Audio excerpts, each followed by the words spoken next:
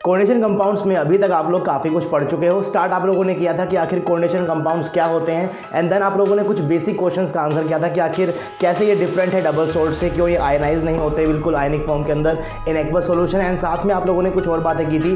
फिर आप लोगों ने पढ़ा कि आखिर कोऑर्डिनेशन कम्प्लेक्स के अंदर आपके पास क्या क्या चीज़ें होती हैं। आपके पास एक मेटल होता है, आपके पास लिगेंड होता है, एंड स्टार्ट आपने किया लिगेंड से। फिर आप लोगों ने पढ़ा कि आखिर लिगेंड्स क्या होता है और लिगेंड को किस तरीके से क्लासीफाई करते हैं। तो आप लोगों ने पहले क्लासीफाई किया on the basis of charge, then आप लोग क्लासीफाई कर रहे थे on the basis of density, और उसको पढ़ते पढ़ते आप लोग पहुंच गए थे चिलेट रिंग तक। आज हम लोग बिल्कुल वहीं से कंटिन्यू करेंगे और पढ़ेंगे कि आखिर हेप्टिसिटी क्या होती है और डेंसिटी और हेप्टिसिटी के अंदर बेसिकली डिफरेंस क्या होता है। देन पढ़ेंगे हम लोग फ्लैश एंड रिंग आखिर क्या होता है। तो स्टार्ट करते हैं इस लेक्चर को।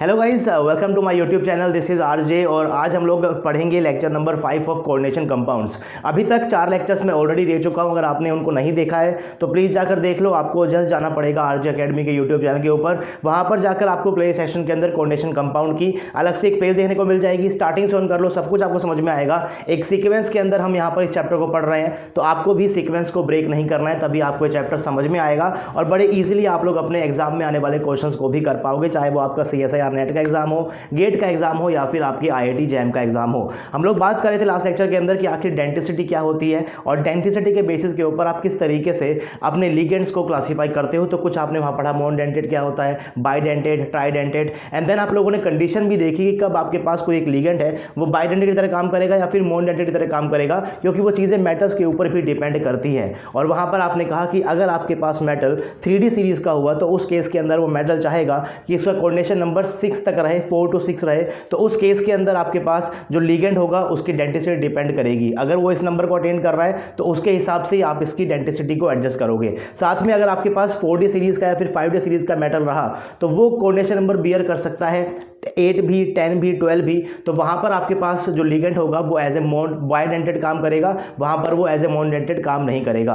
तो लिगेंड किस तरीके से बिहेव करने वाला है मेटल के ऊपर भी आपके पास काफी सारी यहाँ पर चीजें जो है वो डिपेंड करती है। और आपने यहाँ पर एक चिलेट रिंग की भी बात की थी कि आखिर आपके पास एक रिंग बन जाएगी, उस रिंग का आपने एक स्टेबिलिटी ऑर्डर भी देखा था। तो चिलेट क्या होता है, चिलेट रिंग क्या होती है, चिलेट कॉम्प्लेक्स क्या होता है, चिलेट रिंग की वजह से आपके पास एक स्टेबलाइजेशन क्यों आ जाता है, उसके बारे में हम लोग बात करने वाले हैं। लेकिन पहले जरा हम लोग लिगेंड की क्लासिफिकेशन को खत्म कर लेते हैं, उसके बाद हम लोग वापस से चिलेशन इफेक्ट के ऊपर ही जाने वाले हैं। तो एक टर्म आपने पढ़ी थी डेंसिटी, एक और टर्म आपको आज पढ़ाऊंगा मैं, दैट इज हेप्टिसिटी।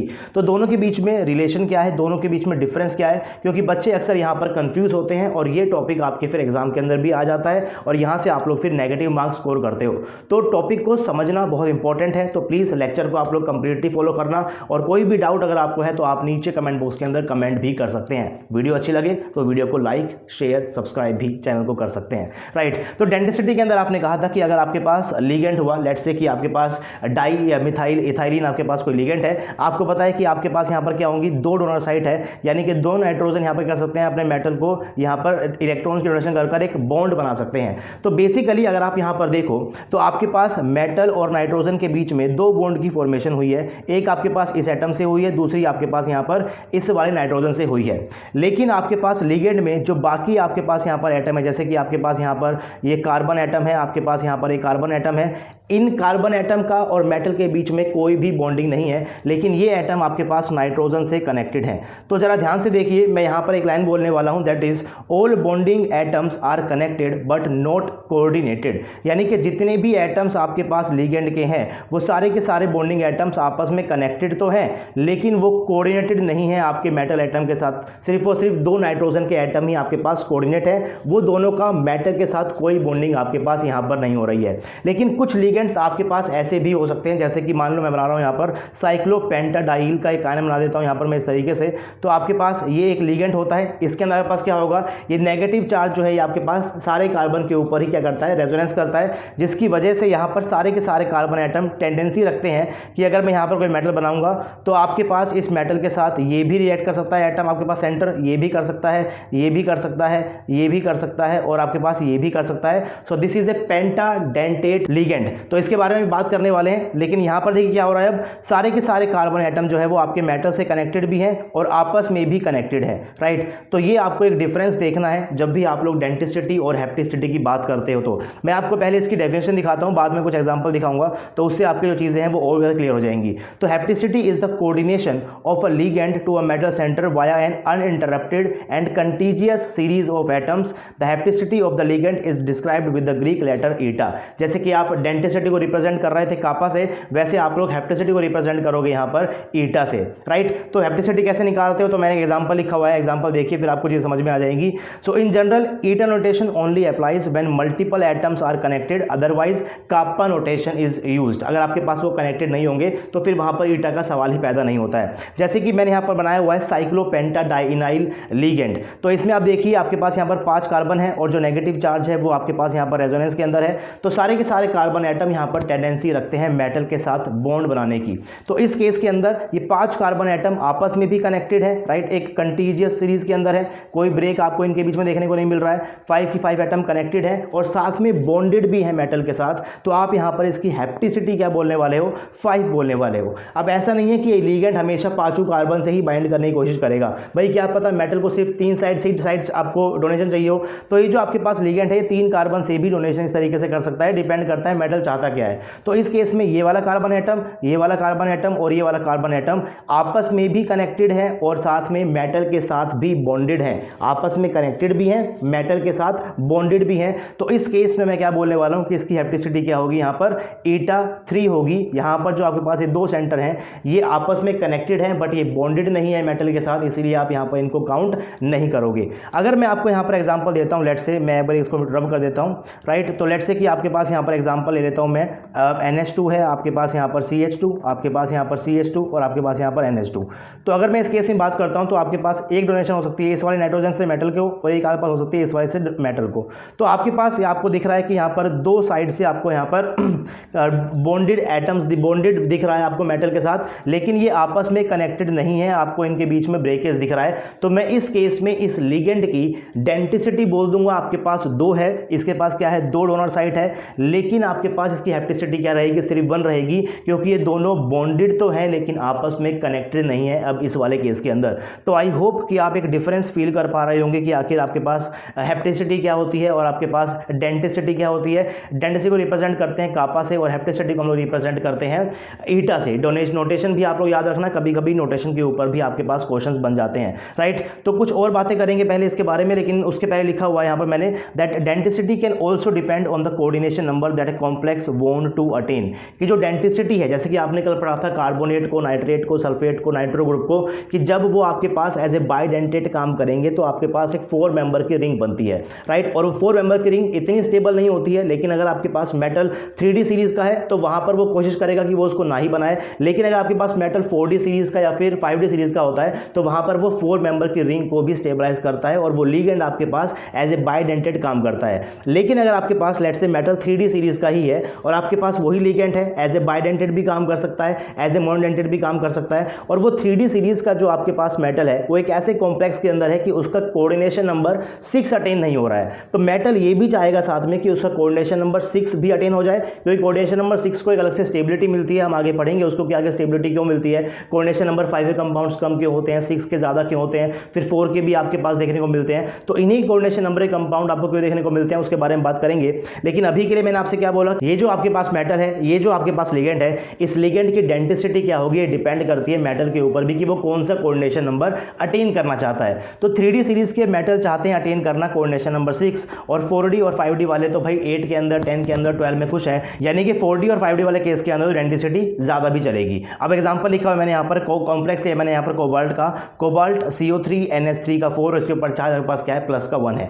अब ये आपके पास क्या है, एक 3D सीरीज का मेटल है, ये चाहेगा कोऑर्डिनेशन नंबर 6 को अटेन करना, यहाँ पर आपको क्या मिलती है, एक एक्स्ट्रा स्टेबिलिटी मिलती है। तो 4 आपके पास यहाँ पर क्या है, नाइट्रोजन है, राइट, यानी कि अमीन लिगेंड है, तो आपके पास यहाँ पर क्या हो जाएंगे, 4 साइड आपके क्या आ जाएगा, नाइट्रोजन का एटम कनेक्टेड हो जाएगा, तो बच जाएंगी 2 साइड, राइट। अब इसके बाद बचेगा सिर्फ और सिर्फ एक ही लिगेंड। अब ये 6 को तो अटेन करना चाहता है, तो यहाँ पर आपके पास जो एक कार्बोनेट है ये 3D के साथ भी एज ए बाइडेंटेट की तरह काम कर जाएगा, राइट, क्योंकि मेटल की यहाँ पर रिक्वायरमेंट क्या है कि उसको यहाँ पर जाना है कोऑर्डिनेशन नंबर 6 के अंदर। तो मेटल की रिक्वायरमेंट के ऊपर चीज़ें जो है वो ज़्यादा डिपेंड करती हैं। अगर आपके पास एग्जाम्पल में यहाँ पर होता कोबाल्ट CO3 NH3 5, यानी कि अब 5 साइड जो है वो आपके पास अमीन लिगेंड दे देगा। तो अब इसको रिक्वायरमेंट क्या है, सिर्फ और सिर्फ एक साइड की है। अगर in order to attain 6 coordination number, तो क्या करेगा ये अब यहाँ पे इसको एज ए मॉनडेटरी तरह ट्रीट करेगा।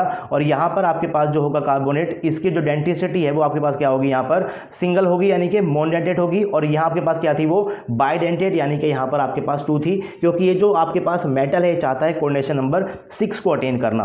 तो आपके पास जो मेटल है उसकी रिक्वायरमेंट क्या है, उसके ऊपर चीज़ें डिपेंड करेंगी। और लिगेंड्स के बारे में भी आपको यहाँ पर साथ साथ जानते हुए चलना है। जितने भी लिगेंड्स मैं आपको एग्जांपल्स के अंदर करा रहा हूँ, ये सारे लिगेंड्स इंपॉर्टेंट है। इन सब लिगेंड्स की बाद में मैं आपको एक टेबल दे दूंगा जहाँ से आप उनको आराम से पढ़ सकते हो। बाकी आप उसे गूगल के ऊपर सर्च भी कर सकते हो। साथ में आपको नोट्स चाहिए तो नोट्स आपको मिल जाएंगे हमारी वेबसाइट के ऊपर, दैट इज www.rjacademy.store। वहाँ पर जाकर आप नोट्स को डाउनलोड कर सकते हो। साथ में आप हमारी टेस्ट सीरीज ज्वाइन कर अपनी प्रिपरेशन को और भी अच्छे से बूस्ट भी दे सकते हो। उसका लिंक भी आपको नीचे डिस्क्रिप्शन बॉक्स के अंदर मिल जाएगा। क्लिक कीजिए, विजिट कीजिए। अगर आपको कुछ भी अच्छा लगे तो आप वहाँ से परचेज कर और भी अच्छे से अपनी प्रिपरेशन कर सकते हो। तो ये अगर आपके पास यहाँ पर लेट्स से कॉम्प्लेक्स है यूरेनियम का, तो ये आपके पास अब क्या हो गया, 45 सीरीज का है, नीचे आता है। तो ये अटेंड करना चाहेगा। 8 में भी ओके है, 10 में भी, 12 में भी। तो यहाँ पर आपके पास जो एक कार्बोनेट है कैसे काम करने वाला है, एज ए बाइडेंटेड काम करेगा। इससे कोई दिक्कत नहीं है, आप कितनी भी साइड से आने दो, मुझे तो बस यहाँ पर ज़्यादा कोऑर्डिनेशन नंबर अटेंड करना है। तो यहाँ पर ये 8 करने की तो मिनिमम कोशिश करेगा। तो 8 के लिए ही आपको जो ये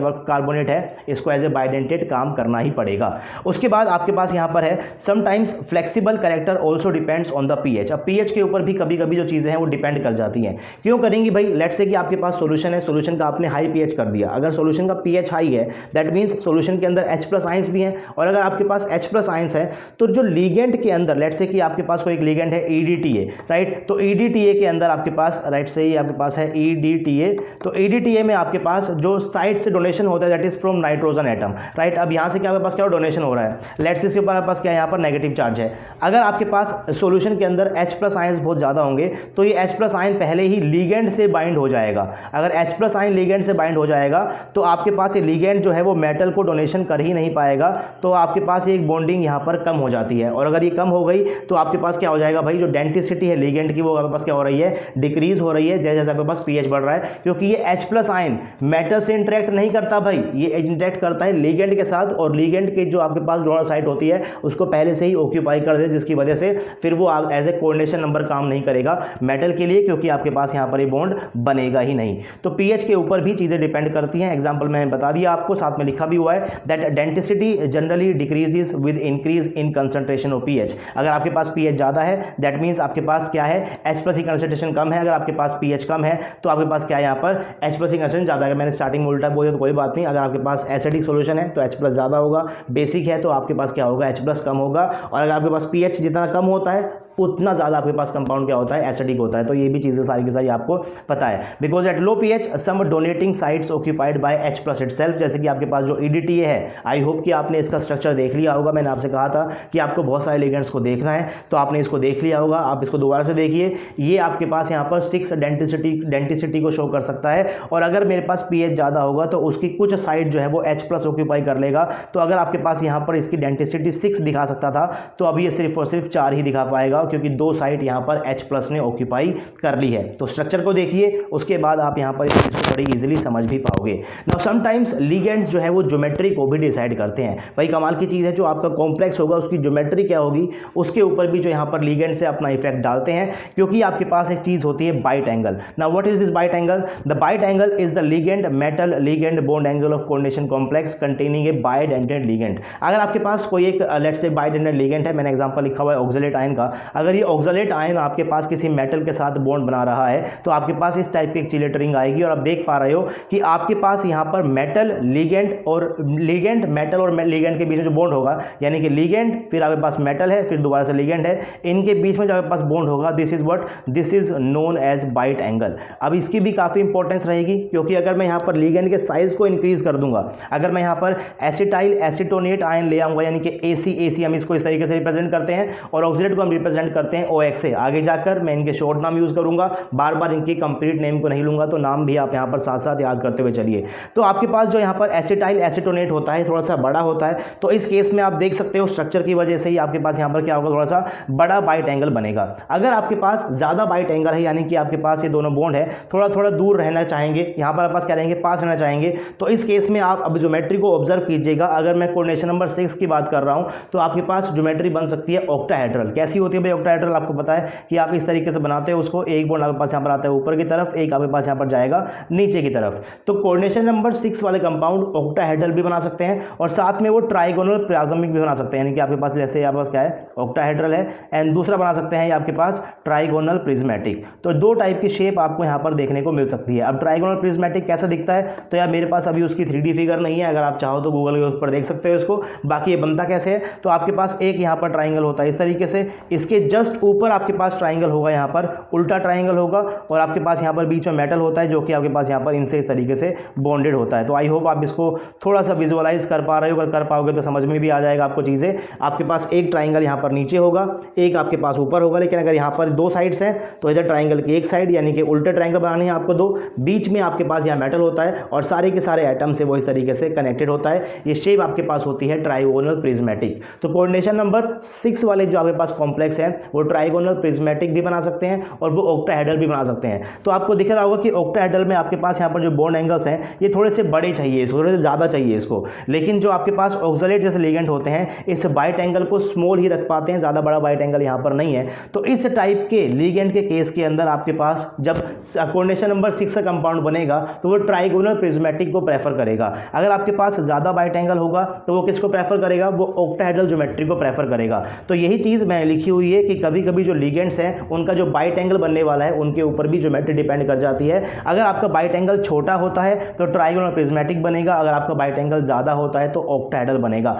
अभी ज्योमेट्रीज के ऊपर इतना फोकस मत कीजिए, मैं आपको कोऑर्डिनेशन नंबर 0 से कोऑर्डिनेशन नंबर 9 तक कितने कंपाउंड्स हो सकते हैं, कौन कौन सी ज्योमेट्री रख सकते हैं, उनको मैं बॉन्डिंग थ्योरीज को स्टार्ट करने से पहले ही पढ़ाऊंगा। क्लासिफिकेशन पढ़ रहे हैं, क्लासिफिकेशन के बाद हम लोग पढ़ेंगे चिलेशन इफेक्ट क्या होता है, उसके बाद हम लोग पढ़ने वाले हैं कि आखिर इलेक्ट्रोन्यूट्रल प्रिंसिपल क्या है, फिर हमारी बॉन्डिंग थ्योरीज स्टार्ट हो जाएंगी, वर्नर के क्या होती है, VBT क्या है, CFT क्या है, तो मजा आने वाला है। लेकिन वो सब थ्योरी को स्टार्ट करने से पहले एक बार मैं आपको एक ओवरव्यू दूंगा कि कोऑर्डिनेशन नंबर 0 से लेकर कोऑर्डिनेशन नंबर 9 तक कितने कंपाउंड्स बन सकते हैं, कैसे कैसे शेप रख सकते हैं, कब कौन सा किस कोई शेप रखेगा, तो एक आपको आइडिया हो जाएगा। उसके बाद आपको कोऑर्डिनेशन पढ़ने में मजा भी आएगा। अभी चीजें आपको बता रहा हूं, इनके ऊपर क्वेश्चन भी आते हैं एग्जाम्स के अंदर, राइट। तो क्वेश्चन कैसा सकता है भाई, सिंपल सा क्वेश्चन आ जाएगा, what is the density of A ligand and geometry of the complex in CeNO3 negative के ऊपर आपके पास इसकी ज्योमेट्री क्या होगी और आपके पास यहाँ पर इसका डेंसिटी क्या होगी आपके लिगेंड की। तो आप लोग पढ़ चुके हो कि आपके पास CE बेसिकली क्या है, 45 सीरीज का है। तो यहाँ पर आपके पास जो नाइट्रेट ये जो लिगेंड है कैसे काम करेगा, ऐसे बाइडेंटेड काम करेगा। तो इसकी आपके पास डेंसिटी क्या होगी, बाइडेंटेड यानी कि 2 हो जाएगी। साथ में इसकी आपके पास ज्योमेट्री क्या होगी, तो भाई नाइट्रेट आपके पास लिगेंड है, छोटा होता है, तो बाइट एंगल क्या बनने वाला है, छोटा बनने वाला है। अगर बाइट एंगल छोटा बनेगा तो आपके पास की ज्योमेट्री क्या हो जाएगी, सिंपली ट्राइगोनल प्रिज्मेटिक। ज़्यादा कुछ करने की जरूरत ही नहीं है, बेसिक भी आपको बातें पता होंगी तो भी आपको जो चीज़ें हैं वो समझ में आ जाएंगी। तो आपके पास जो लिगेंड है कभी कभी ज्योमेट्री को भी डिफाइन कर देता है, कैसे करता है, बाइट एंगल के थ्रू करता है। इस कॉन्सेप्ट को भी याद रखना। अब पढ़ते हैं एक नया टाइप का ligand that is known as flexidentate ligand. तो जैसा नाम भी बता रहा है फ्लेक्सिबल रहने वाला थोड़ा सा। So flexidentate ligands are polydentate ligands that do not use all their atoms to coordinate to the metal ion. यानी कि उस लिगेंड के पास एक से ज्यादा डोनेशन साइट तो हैं लेकिन वो सबको एक साथ यूज नहीं करता है। लेट्स से कि आपके पास कोई एक ऐसा लिगेंड है जो टेट्राडेंडेट है, यानी कि 4 तरफ से डोनेशन कर सकता है, लिगेंड कर सकता है, लेकिन वो 4 से नहीं कर रहा है, किसी कॉम्प्लेक्स में सिर्फ एक से ही कर रहा है। तो इस टाइप के लिगेंड को मैं क्या बोलूंगा, फ्लेक्सीडेंटेड लिगेंड बोलूंगा। वो अपनी डेंसिटी को चेंज भी करते रहते हैं, लेकिन पहली रिक्वायरमेंट क्या है कि उसके पास पॉलीडेंटेट लिगेंड होना चाहिए, क्योंकि आपके पास पहले क्या होना चाहिए, एक से ज्यादा डोनेशन साइट होनी चाहिए, तभी तो उसको वेरी कर पाएगा। So flexidentate ligands are polydentate ligands that do not use all their atoms to coordinate to the metal ion. In some complexes they use a different number of donor site. जैसे कि आपके पास यहाँ पर एक nitrate का मैंने ligand बनाया हुआ है, तो आप लोग देख चुके हो कि अगर मैं यहाँ पर 3D सीरीज का मेटल ले आऊंगा जो कोऑर्डिनेशन नंबर 6 अपने आप से अचीव कर लेगा, तो उस केस में आपके पास ये लिगेंड कैसे काम करेगा, एज ए मोनोडेंटेड काम करेगा।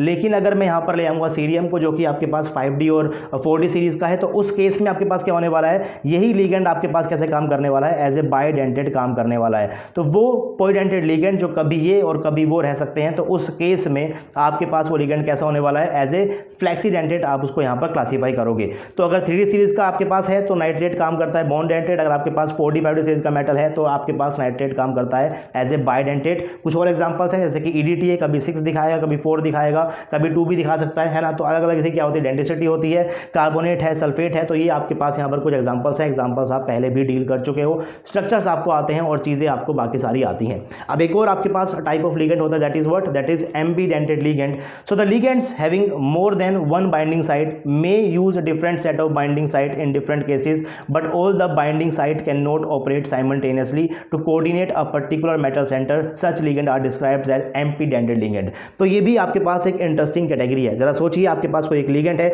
जो यहाँ से भी डोनेट कर सकता है और जो यहाँ से भी डोनेट कर सकता है, लेकिन एक टाइम पे सिर्फ एक साइड से ही कर सकता है। ऐसा नहीं है कि दोनों साइड से एक साथ डोनेशन कर पाएगा। तो वो लिगेंड्स जिनके पास मल्टीपल साइट तो होती हैं, लेकिन वो उन दोनों मल्टीपल साइट से एक साथ बॉन्डेड नहीं दिखा सकते हैं, एक साथ बॉन्डिंग नहीं कर सकते हैं मेटल को, उस टाइप के लिगेंड को हम लोग क्या बोलते हैं, एम्पीडेंटेड लिगेंड बोलते हैं। डेफिनेशन को दोबारा पढ़ता हूं, इंपॉर्टेंट है, समझते हुए चलिएगा। The ligands having more than one binding site may use different set of binding site in different cases. किस केस में इसको कर लेगा, किसी केस में इसको कर लेगा, but all the binding site can not operate simultaneously to coordinate a particular metal centre, यानी कि एक साथ नहीं कर सकते हैं, बट किस केस में इसको, किसी केस में इसको। उस टाइप के लिगेंड को हम लोग क्या बोलने वाले हैं, एम्पीडेंटेड लिगेंड बोलने वाले हैं। Example is cyanate ligand, when interact with metal forms MnC बना सकता है, या फिर आपके पास होता है MCN, this is known as cyanide and this is your isocyanide वर ऑप्टेन। क्योंकि आपके पास यहाँ पर जो बॉन्डिंग है ये कार्बन भी शो कर सकता है मेटल के साथ, और आपके पास नाइट्रोजन भी शो कर सकता है। बॉन्डिंग आपके पास यहाँ से भी हो सकती है, तो क्या बनेगा,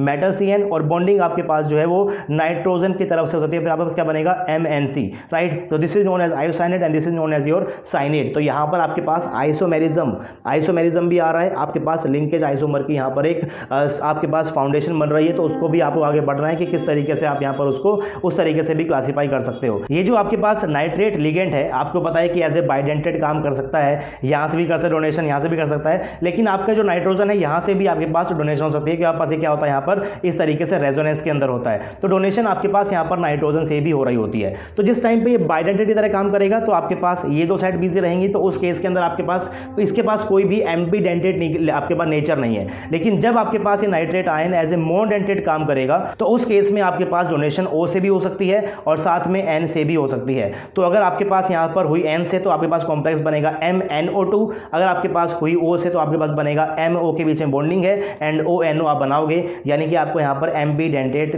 नेचर देखने को मिलेगा। तो वो लिगेंड्स जिनके पास एक से ज़्यादा डोनेटिंग साइट हैं और उनकी वजह से आपके पास लिंकेज आइसोमेरिज्म की भी फॉर्मेशन हो रही है, जिसको हम आगे डेफिनेटली पढ़ने वाले हैं। अभी के लिए आप बस यहाँ पर चीज़ों को समझते हुए चलो, बाद में जाकर हम इन सबको एक साथ कोरिलेट कर देंगे। कुछ और लिगेंड्स भी हैं, अगर आपके पास यहाँ पर आपके पास जो नाइट्रेट लिगेंड है ये बनाता है नाइट्रेटो N, इसको हम लोग बोलते हैं नाइट्रेटो O। तो आपके पास यहाँ पर किसका कौन सा एटम आता है, जो मेटल के साथ बॉन्डेड है, यहाँ पर आपके पास नाइट्रोजन बॉन्डेड है, यहाँ आपके पास क्या है, ऑक्सीजन बॉन्डिंग है। तो इस तरीके से भी आप उसको दिखा सकते हो। तो this is known as what, this is known as linkage isomers. आपके पास जो लिंकेज है उसमें डिफरेंस है, बाकी उनका स्ट्रक्चर जो है आपके पास मॉलिक्यूलर फॉर्म आपके पास जो है वो आपके पास सेम है। उस तरीके से आपके पास थायोसाइनेटो भी होता है और आइसोथायोसाइनेट भी होता है। SCN ग्रुप सल्फर से भी दिखा सकता है और नाइट्रोजन से भी दिखा सकता है, लेकिन एक बार में एक से ही दिखाएगा। और आपके पास MSCN या फिर MNCS आपके पास यहाँ पर दो चीज़ें बन सकती है। So ambidentate ligand very often produces linkage isomer, ये मैंने एंड में लिखा भी हुआ है और मैं आपको 2-3 बार ऑलरेडी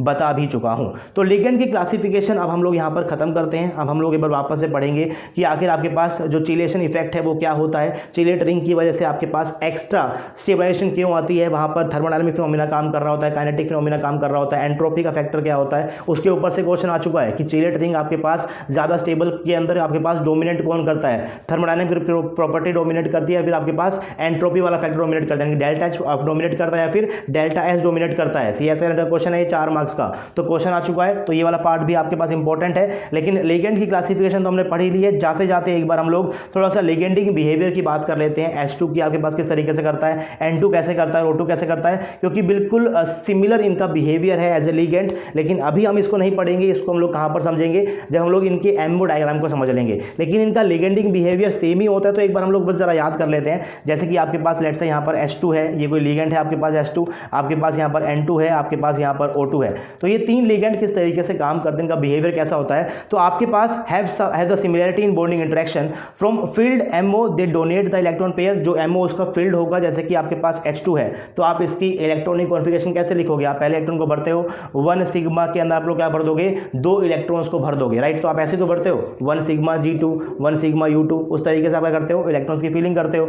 तो आप अब उनके MO के अंदर इलेक्ट्रॉन भरते हो, तो जो इलेक्ट्रॉन जो जिस MO के अंदर इलेक्ट्रॉन होते हैं वहां से आपके पास डोनेशन हो जाती है। साथ में इसके पास यहाँ पर अब सिग्मा स्टार क्या होगा, एम्प्टी होगा। तो आपके पास यहाँ पर क्या होता है, एक वैकेंट ऑर्बिटल भी होता है जिसके अंदर से ये मेटल से भी आपके इलेक्ट्रॉन को एक्सेप्ट कर सकते हैं। तो इनके पास एक वैकेंट एंटी बॉन्डिंग ऑर्बिटल होता है जिसके अंदर ये डोनेशन को एक्सेप्ट कर सकते हैं। तो H2 N2 और O2 तीनों की तरह कैसे काम करते हैं, आपके पास as a pi acid ligand काम कर सकते हैं, यानी कि आपके पास इलेक्ट्रॉन को डोनेट करेंगे जो आपके पास फील्ड एमओ होगा वहां से, और जो एंटी बॉन्डिंग खाली पड़ा है उसमें कर लेंगे वापस से इलेक्ट्रॉन्स को एक्सेप्ट कर लेंगे। तो ये भी आपको याद करना है, ये लिखा भी हुआ है फ्रॉम फील्ड एमओ क्या करते हैं, they donate the electron pair and receive back the electrons from the metal centre in their vacant antibonding MO, thus all of them act as a pi acid ligand. Pi acidic property of ligand that is O2 H2 and N2 make them chemically more reactive। तो भाई आपके पास property है ज्यादा bond बनाएगा, यानी कि ज्यादा reactive वो आपके पास यहां पर हो रहा है। तो ये थी आपके पास लिगेंड की क्लासिफिकेशन। नेक्स्ट टॉपिक रहेगा हमारा चिलेट इफेक्ट, जो हम लोग पढ़ेंगे